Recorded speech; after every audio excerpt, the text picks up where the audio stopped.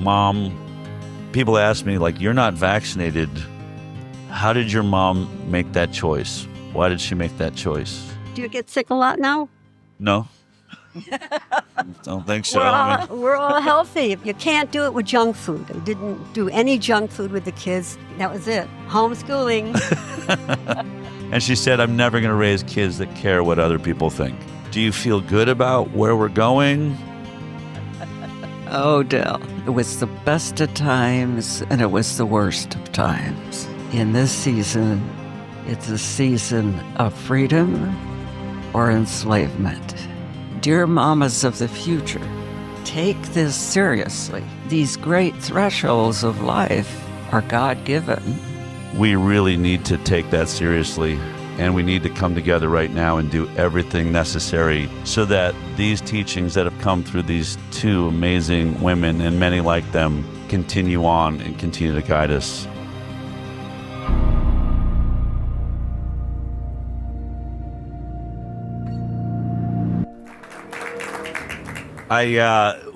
We had this idea because a lot of people always ask me, like, how did you get into this? How did you find yourself in the middle of working with Kennedy or talking about vaccines? And I always reflect back, and I find myself more and more starting with the story about how I was raised, which is by this beautiful woman, Norma Bigtree Groverland. Yeah. And I think it's important. One of the things I just want to say is when I first made the documentary Vaxxed, and I started traveling the country, so many people, the news narrative was that I had been a medical talk show producer, so I had a medical background, and somehow I woke up to the issue around vaccines and was now sort of talking about that all over the country. And I just let that narrative fly along. But the truth was I was never vaccinated as a child. And I was never, ever went to a doctor. And my mom would call me when I got the show working on the doctor's television show, and I was winning an Emmy Award on that show I did. And she said, what are you doing on a medical talk show? You've never been to a doctor in your life. And, this isn't about me today, about, all the things I think that were a part of my destiny. But what happened was I tried to stay medical about everything and just let that narrative fly. But more and more mothers started walking up to me and saying, we're thinking about not vaccinating our child and wish us luck, as though they were going on some terrifying journey. And it just seemed really insincere that I was like, I am not vaccinated, and trust me, it's not that big a deal. You're going to be fine.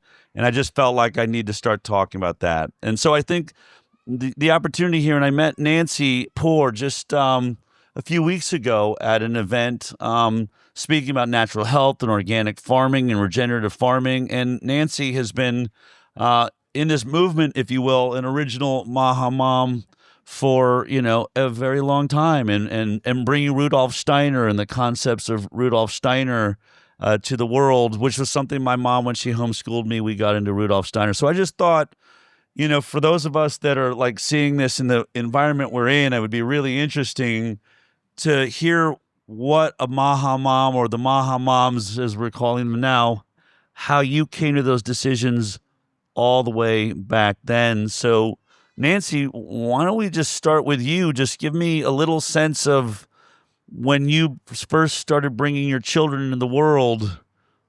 What mission did you have? What was the thinking around what you thought raising kids was going to be about? We wanted our children. I have 6 children, and my husband and I have 6 children. There were 3 sons and 3 daughters, some twins, 5 in 5 years, which was pretty amazing. And but we wanted them to be responsible citizens. We wanted them to care about the world. We wanted them to love the world. We wanted them to be strong individuals, and they are. They're all very capable people. Gordon, my husband, and he used to say they were the finest kind, and we were incredibly proud of them. So we raised them outdoors, naturally, Yes, every way that we could. And then I also became an advocate for home birth as well as home death. Yeah. It's amazing. Mom, people ask me, like, you're not vaccinated. How did your mom make that choice? Why did she make that choice? So, Me? yeah, when you were bringing us into the Why did world, I was the first. I'm the My first mom, of my three, mom and didn't make that choice. my brother Shad is here today, back there. He's helping run MAHA with me now. But go ahead. I was vaccinated and taken to the doctor. Every single thing was absolutely looking at me that I was the least bit ill. I would go to a doctor and get a shot from Dr. Grover. And it's really interesting that my husband changed his name to Grover Land. I live with Grover the rest of my life. But anyway, it's okay. I didn't say anything. I was always quiet, very subservient to my husband. I wasn't part of the decision. This is always risky. You have no idea. I've said it before. She's. But when I had my children, my first son, Dell, we were in Edgar, Cayce, and we had marched in Chicago in 1968. Really, so impressed by those college students knowing so much about what's going on in the world. And we looked at each other, my Jack and me, and was like, wow, we've been, in seclusion. We came back and we decided, and we're walking down Broadway, and a friend gave Jack a book about Edgar Cayce. So I read the book, he read the book, and then I haven't conceded any children yet. And it's like we got into natural healing remedies and all kinds of good food. And then I conceived Dell, and we were on the path to just all natural, no doctors, just knowing what to do through the Edgar Cayce material if a fever came on or whatever happened, and everything worked. It was castor oil packs. If you ever done a castor oil pack? Yeah, it was used for everything. We used it for everything, and it worked. It was just taking wool, saturating it in castor oil, putting it on the body wherever the problem is, and let it be an hour treatment. That cured everything. I mean, it's like what it was. And I got into really healthy food, really did do healthy food, which I was not brought up on healthy food. My mom was an immigrant Russian, did not want to cook anything Russian, which probably had a balanced diet. And that was a problem. We did hamburgers and, grilled cheese sandwiches and really healthy stuff. I love her. I mean, it wasn't her fault. She just didn't, she wanted to be American. And that's what it meant to her, junk food. Yeah. Nancy, so you were really pioneering home birth. Obviously that's something that was naturally always there, but what was it like at the time that... Oh, well, you couldn't do it. You had the microphone? Yes. It was like against the law. Really? It was, and you couldn't have your husband in the delivery room. Wow. What a concept, right? Yeah. No, it was brutal in those days, and so that's why it was considered a disease, to have a baby. You could, so no, that's one of the reasons I'm such a strong advocate for it, is because it was not allowed, easily. We didn't have midwives; they weren't legal. So no midwives, they weren't legal. No. So what did a home birth mean? Yeah. So then? by the way, your first child's what, 60? Did you say 60 years old? They about. So I'm almost 94. Okay. Okay. So that'll date this time. We're talking a long time ago, and it was harsh because it wasn't recognized, and so la boye was all a new concept, and they were called quacks. I mean, anybody that did it. And you had to go to the doctor because he knew best, even though women had been doing this for thousands of years. And the home birth movement, of course, began in Santa Cruz, California. That was a center for it.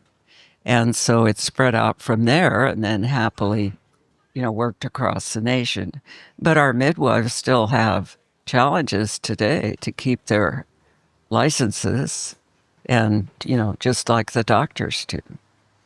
I mean, I would imagine you had to be very brave. I mean, birth is natural, but it's also, a fairly intense event where you worried about what if a child, doesn't make it, or, what the repercussions of that would be if you were essentially breaking the law. Well, as I say, I wasn't able to have the home birth. That's why I'm such a strong advocate. Oh, okay. Yeah, because we weren't. You didn't do it, so it took years to make Yeah, that legal. exactly. So that made me a fighter for it. And then I would often help with other births. Yeah. It's amazing. Mom, you had you didn't home birth, but you had all natural births. Yeah, they were doing that in the hospitals back then, and Jack would just be by my side, and you go the whole time wherever it takes to. And I had really big babies. I am so tiny, and my last one was 10 pounds. He was 8'6". One of them was 8'1", and then 10. And it's like, that was my last one. So if you think you can't, you can. Oh, wonderful. So you said, growing up and you raised your kids in nature. What do you mean by that? And Well, as I say, I'm one of the pioneers in the home death movement. And so I would say we wanted our children to know that death is a natural part of life, and that you take care, if you can, you have your elders at home and take care of them. And that's what we were able to do. So our children made their caskets, we did so we helped pioneer that end of it. And as I say, it's these great thresholds of life are God given, and if we can work with faith and hope and courage to know that there are birthrights. These are our birthrights, right? To be able to have advocacy for your own coming and going from this world, right? But you need an advocacy for both ends. so you've been both involved in bringing about home birthing and then home death, so Right. that you can just Yes. live a natural experience That's right. and not have to have doctors and hospitals Yes, and everything involved. that's right. That's amazing. Mom, how much of, people will say, I've heard it said, we don't vaccinate our kids never get sick. And I always say that I don't think that's an accurate statement. I remember having really high fevers. I remember, times when I'd be vomiting, or it seems intense. And now that I've called you several times, and, our own kids get really sick, and it's really scary. What is your recommendation about how did you sort of stand in that, as because it was almost illegal to not be going to doctors, to not be, seeing them, and you came to that culture. What guided you through those times? Edgar Cayce.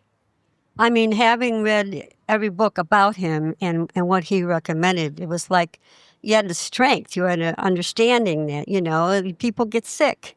You just got to go through it with them, and he gave you the methods how to bring down a fever and all the natural ways to do things. And they all got well, and they're all stronger because of the illnesses. I don't know what that's all about, but you didn't get very sick. Do you get sick a lot now? No. Don't think so. We're all healthy. I don't. We have a really strong countenance because you get stronger with each thing you overcome, and now you can't get that anymore. And it's like they don't bring that out in the understanding that if you do overcome it, you have immunity to it the rest of your life. And you're stronger for the next bout that comes if you just endure it, but you eat healthy food. You can't do it with junk food. I didn't do any junk food with the kids. I made my own yogurt. I, did most of the stuff all natural. And Let me fill in there what it's like to. She made her own yogurt. She made her own bread. She made her own mayonnaise. So take the bread, which was stone ground by us kids. You had to sit there and grind we lived in a modern age. We're like, Mom, we can buy the flour. No, you're going to grind it. And then the bread was really thick, and I'd go to school, and the homemade mayonnaise would get really thin. And by the time you're opening it up at lunch, it's just this soggy mess. And try to trade that off for the pizza day. It never happened. Like, can I try the pizza? I'll give you this soggy mess of, I think it's tuna fish. I can't quite tell. No, but it was amazing. Oh, and she would make these carob chip cookies because carob was in there. I don't know if it doesn't even exist anymore, carob instead of chocolate. But they were like these little rocks. I mean, you could break a tooth on it, like a whole wheat stone ground cookie with carob chips. so what you're saying, you never ate any of that I don't know if stuff? I ate the cookie. I do remember, this is how extreme it was. I was so desperate. I wanted to try a lollipop so bad. I was probably like 7 or 8. I was like, I don't understand why I don't have the freedom to have a lollipop.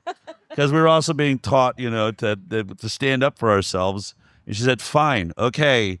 And then she disappeared for a while, and she came out with a prune on a toothpick. So that was life in my home. Where were you at with nutrition, and what was important to you? Say, Del, see, I'm an example because I went through all the childhood diseases.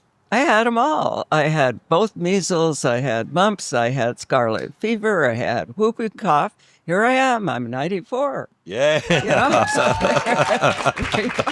So I lived it, and it was just part of the deal. A public nurse came by, and they put a quarantine notice on the front door.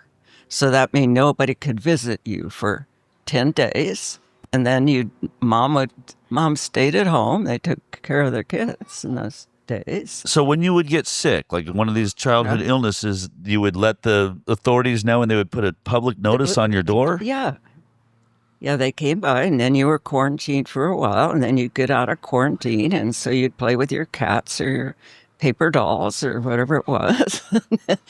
But of course, when you're talking about the food, my children will have a lot to say about it. It's called textured vegetable protein. Okay. And we put it to, because they had, family of 8, so I'm trying to extend things with this. And they had no good words to say about it. Yeah, so my kids could all tell stories just like you are. Yeah. And I'm trying to do all natural food and cook from scratch and, all this with the 5 little kids, getting fresh vegetables and all of this. And then McDonald's came out, okay? So this was in the early 70s, probably. So the Golden Arches, all the kids wanted to go there. And they would beg me to go to McDonald's. And so I would give them like your lollipop. Every once in a while, they got to, okay, we'll go to McDonald's. And then it was disgusting. They would say, thank you, Mother. Thank you for letting us be part of this, grand thing with all the other kids. I go, oh my gosh. But we did it anyway, didn't we, Norma? But I never thought of the prune on a stick. That was awesome. Mom, I remember, even in Boulder, Colorado, which is very natural health oriented, but principles like when I was homeschooled all the way up in 10th grade, but getting back into school, I wasn't vaccinated. Do you remember the time we were in the principal's office and they said, oh, your child's not allowed to hear, he's not vaccinated? Do you remember what you said in that moment? And you don't remember? Okay. Well, and this is the thing that I really want to stress that my mom was really great at was she brought us along. She didn't go and do these things without us and just work out the problems or talk to the principal. She brought me to the principal of the school, and you ended up saying, I remember, well, look, if vaccines work, what threat is my child to the rest of this school? Right. They're all vaccinated, right? Right. And he didn't really have an answer to that. And if you got sick, I would bring you home, right away. I mean, what was the big deal? Right. I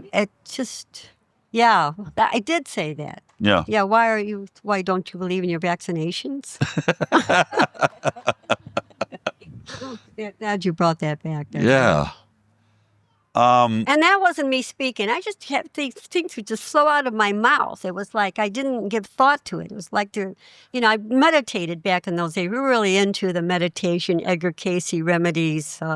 It wasn't that I didn't have health remedies that I gave them that were natural.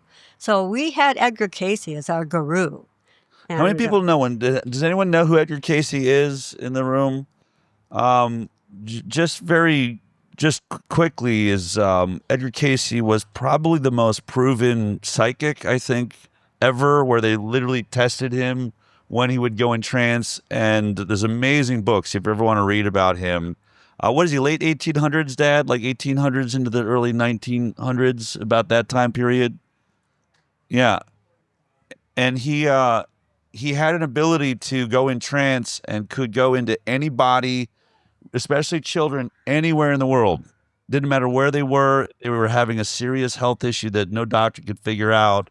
And his son, Hewlin Cayce, would put him in trance, and he would say, I'm inside the body, and then to start describing what the issue was, what product or whatever needed to be used to heal this child or this person anywhere in the world. And he was like 95% accurate at healing them. And they say the other 5% was just that the people or the parents didn't do exactly what they were told. Sometimes he would prescribe a poison like belladonna or things like that. But in these readings, they were all written down. And so the Edgar Cayce teachings is this massive volume of all of the readings and health things that he recommended. And they even brought doctors in the room that would test and watch it, tried to see if they could prove it wrong. And when they would be talking about some of the very complex medical issues he was describing, once he was out of trance, he didn't even know what they were talking about. He didn't know those words. They were just coming through him as he was speaking. So really super fascinating guy. And the Association of Research and Enlightenment is the center where they still teach and do the healing in Virginia Beach, Virginia. It's still there. So super interesting when you're talking about that. What type of things did you do? Where did how did you deal with health issues with your children, Nancy? Well, we just took care of them naturally as we could, and we had when we were able to get access to a holistic and doctor, the anthroposophic, then we worked with them. When did anthroposophic is the Rudolph Steiner? That's the work of Rudolph Steiner, the big word that means I know. wisdom Homeschooled, wisdom of the human being. That's what the word means. How did you first get involved with the Rudolph Steiner work? My mother. Your mother? Oh yeah, we go way back. Wow. We go way back. But I'm amazed at how Norma found the Waldorf when she did. Yeah. So you're really a pioneer, honey, on that, because it wasn't well known in this country then. First school in New York, then later. I think it really was in the Cayce material that it could have been because we were really, there was a recognition. They're both Rudolph Steiner and Edgar Cayce are about the same. Well, Steiner was 1861 to 1925. Okay. And so I think Cayce maybe lived a little longer. He was called the Sleeping Prophet. Cayce was. Yeah. And so he had a huge influence in this country. And just as you're describing. And you grew up in California mostly? Yes, I and was you're East Coast? Born and raised in California. I just want to just point out these two people have never met, but they're both sort of fluent in Edgar Cayce and Rudolph Steiner from two totally different coasts. I mean, I just find that really fascinating. Should you talk a little bit about Rudolph Steiner for anyone that might not really understand who he is? Again, a very gifted initiate, a seer, and who lived in that time frame. And he has given indications. There's many famous people doing a lot of things, but his work has blossomed in all areas. That is architecture and medicine, and he was the originator of organic farming.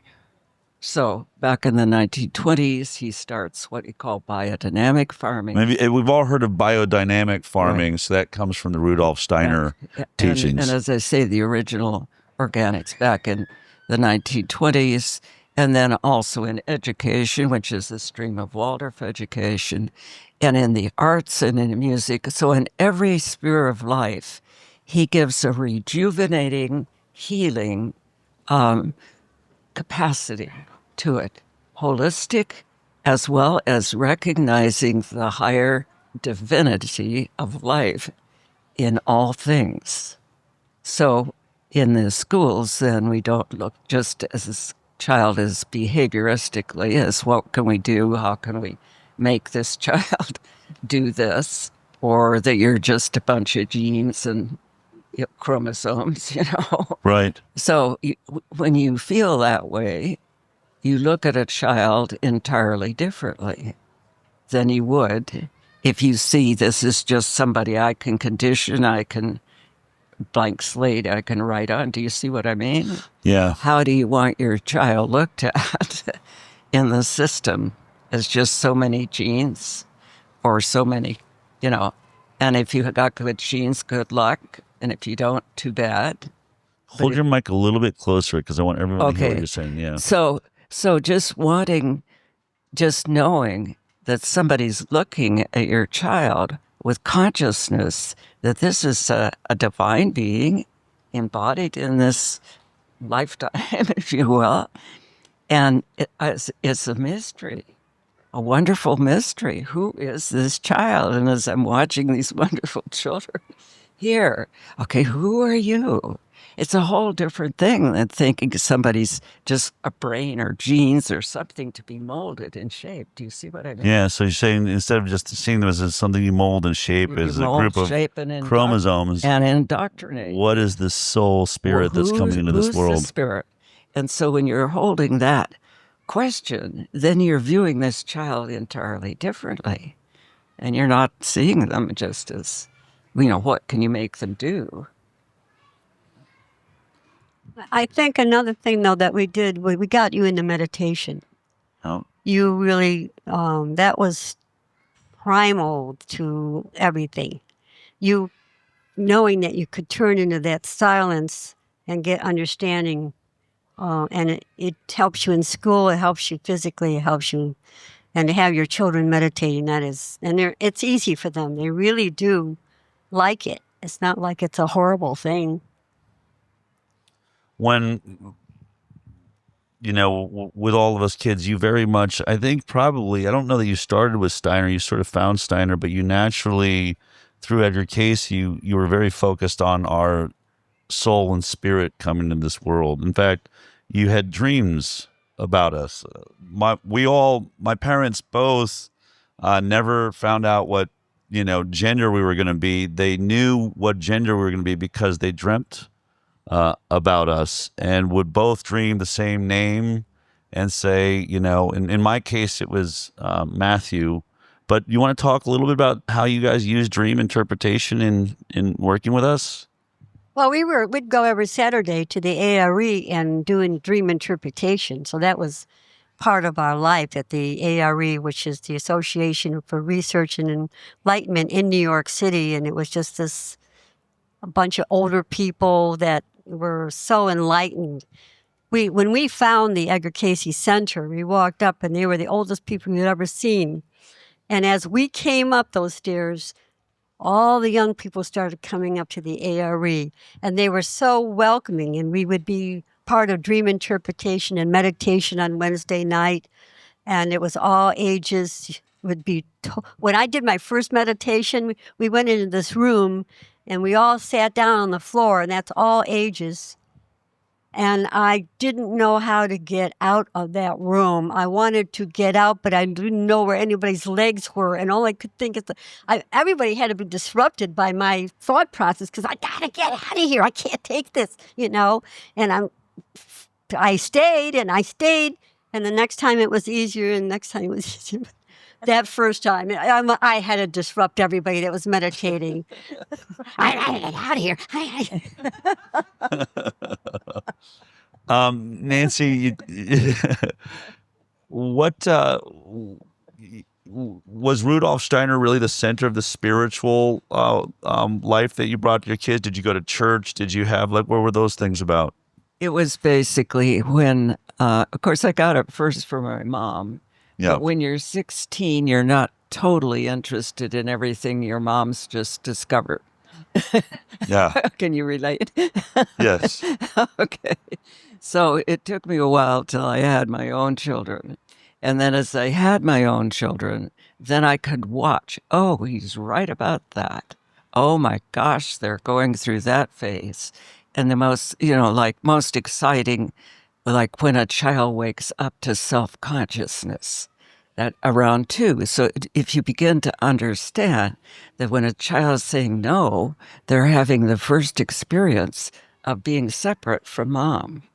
And that's why they say no, because they have to push away. So they push away, they go with this no, no, no.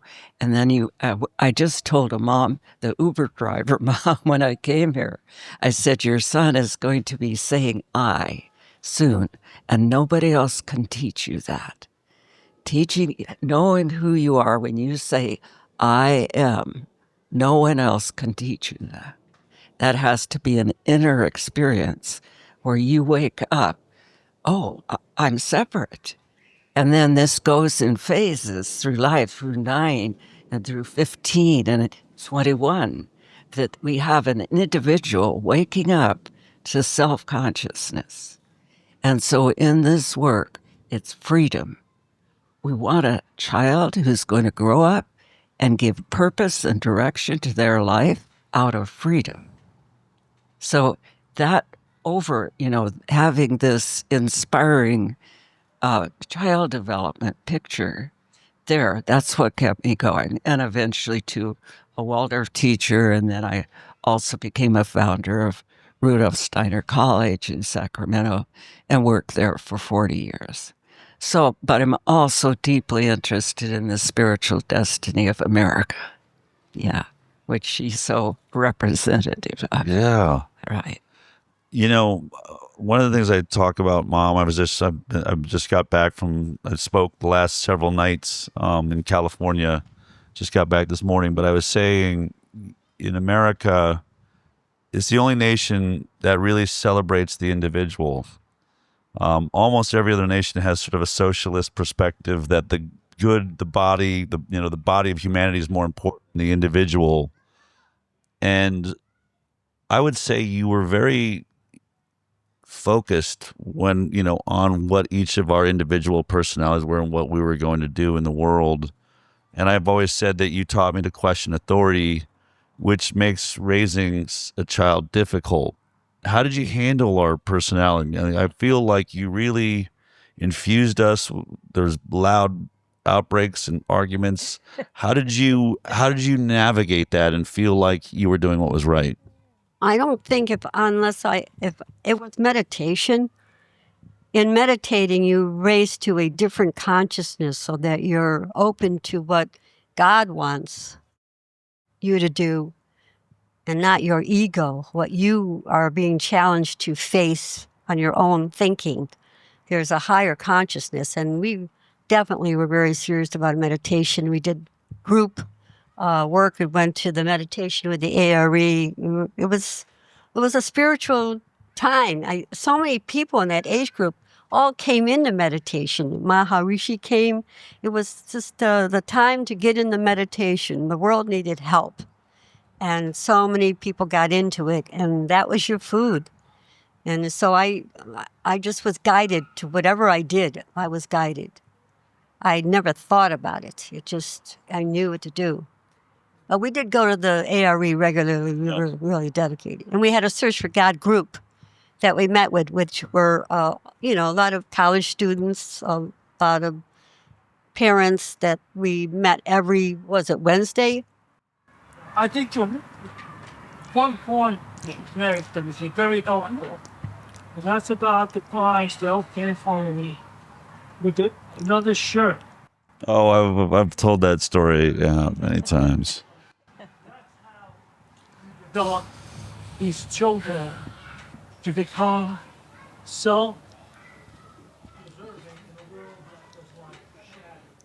Yeah, I tell that story all the time. I don't know if you remember it, because I tell it all the time. But came home from school one day. We would walk to school, and you can jump in here if you want. But I was in third grade, and my sister and I would walk to school. It was about 6 blocks away, and then we would walk home for lunch. And my sister was about 3 years younger than I was, and one day I left wearing this shirt I'd made in art class that I'd made, it was using dye and waxes, and I managed to spell the flyers. I still remember the colors of it, actually. But the fact that I spelled letters with dye and wax, I was really proud of it. So I wore it to school, and I came back at lunch, and my mom said, "What happened to the shirt you were wearing?" I said, "Oh, Craig said it looked stupid, and he lives right next door to the school, so I just borrowed a T-shirt from him."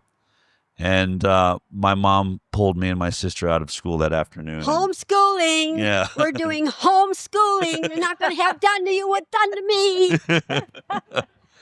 Yes. Yeah, I remember now. Talk about it. Why homeschooling? Why did it matter to homeschool at that point? I was tortured in school. My dad was Native American. My mom was Russian. And there was prejudice in school. You don't know what prejudice is, but we were not popular. Plus, we were on television at lunchtime. So they'd go home and they'd see us. Mom and her sisters That were like didn't a help. traveling tap dancing singing group that were kind of famous in upstate So New we York. had no normal upbringing. And so we couldn't see what that did to the kids in school, where their parents probably were saying, look what their Bigtrees are doing. Who knows what was going on. Well, it was not a happy school time for me. I just didn't like it at all. It was so unfair.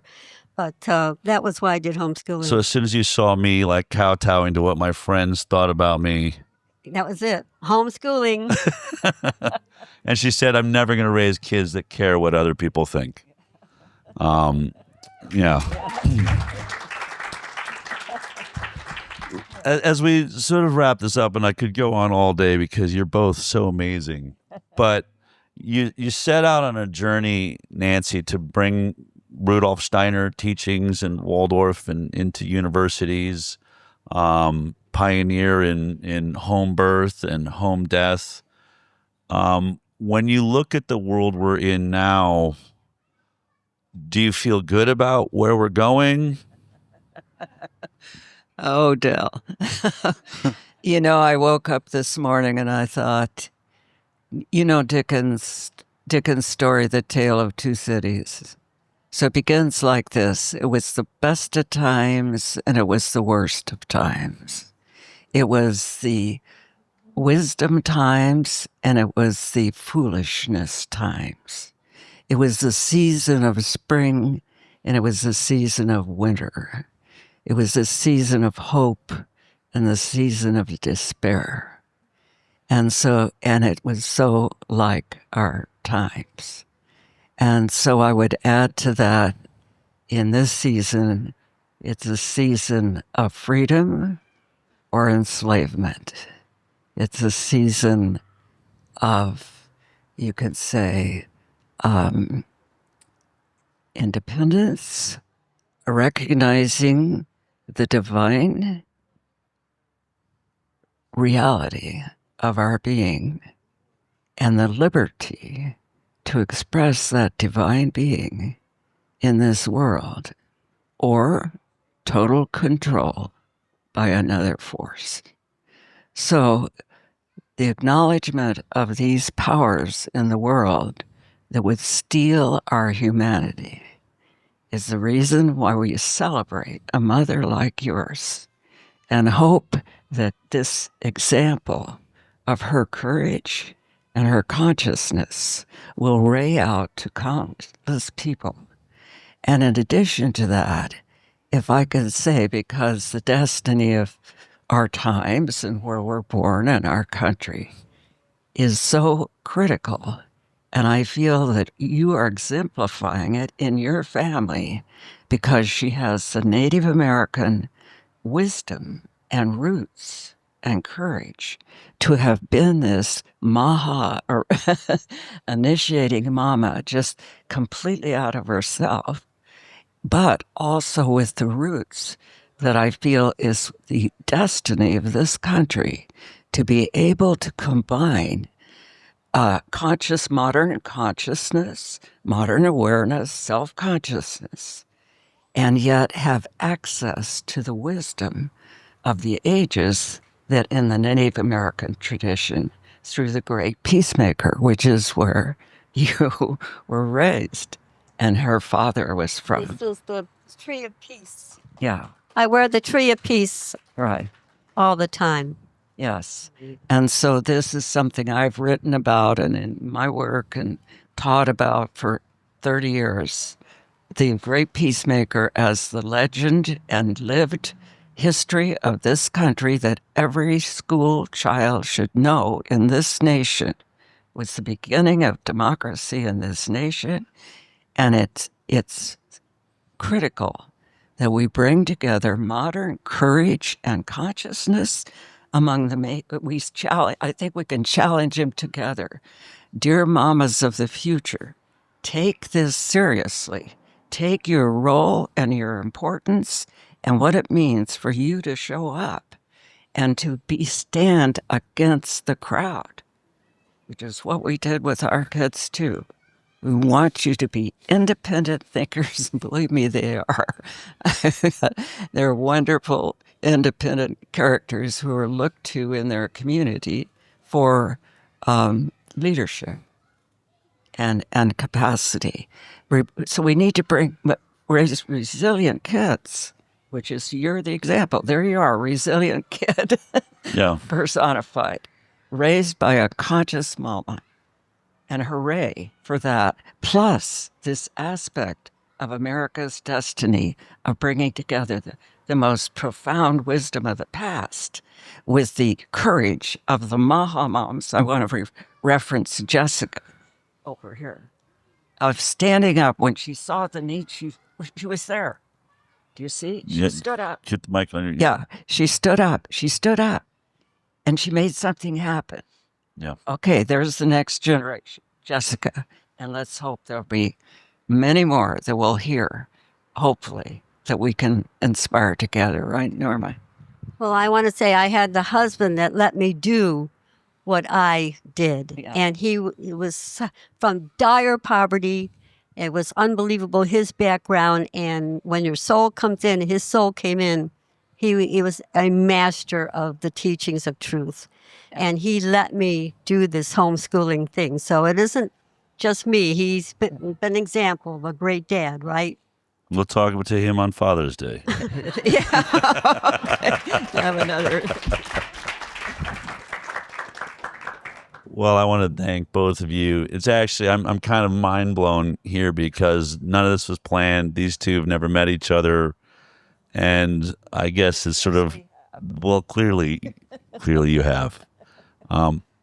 There is a spiritual world going on here. It is what drives me in the work that I do, and my brother and those of us in our family, and my wife, who is totally connected in raising our kids this way. And we found each other. Edgar Cayce believed we travel in soul groups, that we're finding each other for purpose.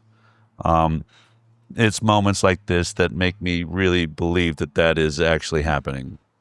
And we keep running into each other and finding each other.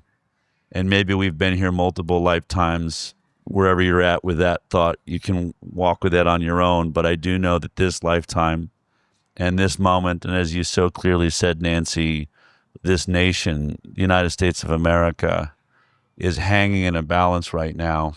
It is standing all on its own in a global takeover that is taking place. We're the only nation that is still celebrating the individual. We're the only ones that are still fighting for freedom of speech. And we're the only ones that believe in sovereignty and the fact that your rights have been endowed to you by God and that your children have been given to you by God. We really need to take that seriously, and we need to come together right now and do everything necessary to make sure that founding principle re-strengthens itself in this nation and ends up being a guiding light to the world, so that these teachings that have come through these two amazing women and many like them continue on and continue to guide us. Happy Mother's Day, everyone. Happy Mother's Day. It's an honor to be, a MAHA mom, because I think it speaks to the recognition and love and dedication, devotion that moms have to their children. It is the greatest role a human being can play, in my opinion, to be a parent. And I'm so grateful. So that's why I am a MAHA mom. I'm a MAHA mom because I believe that we really need to take a stand in really finding solutions, not just having complaining, right? But finding practical solutions for things that'll make us healthy again.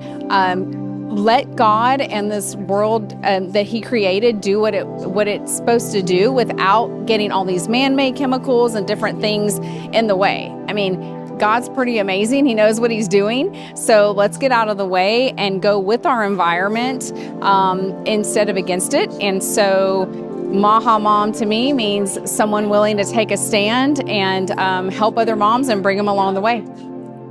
I feel like all of the things that MAHA represents, that we just got the words for in the last year, I have been doing with my family and standing for ever since my son was born almost 10 years ago.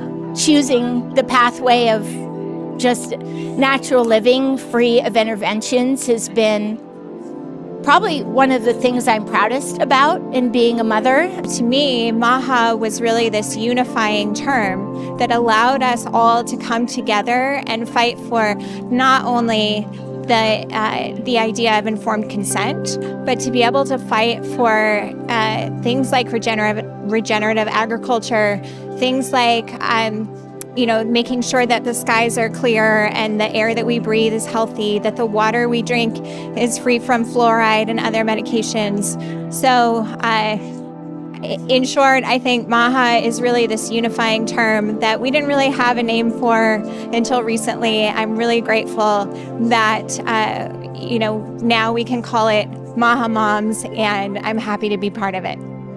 Women are given God-given intuition. The reason women are so intuitive, it's not to spy on your husband. It's because we grow life inside of us, and we're supposed to be extremely intuitive to that life growing inside of us, and how to give birth and how to breastfeed and how to raise our children. Like Dell's mom was talking about, she would meditate on it and she would just get the wisdom. And so when we start going to a doctor, what are we doing? We're giving our power away. I would investigate and find herbal antibiotics that wouldn't wipe out his microbiome. I would concoct certain medicines with like apple cider vinegar and vitamin C, and we called it medicine water.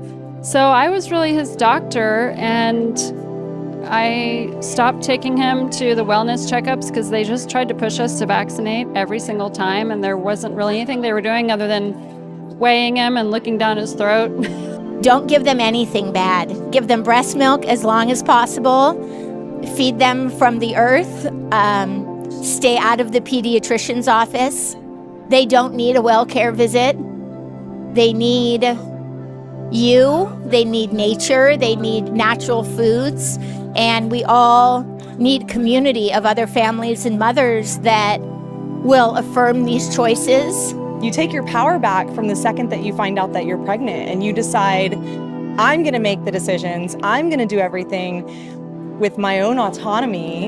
And if I choose to do it with a doctor in the hospital, I'm going to be so educated on how my body works that I'm going to make the decisions every step of the way.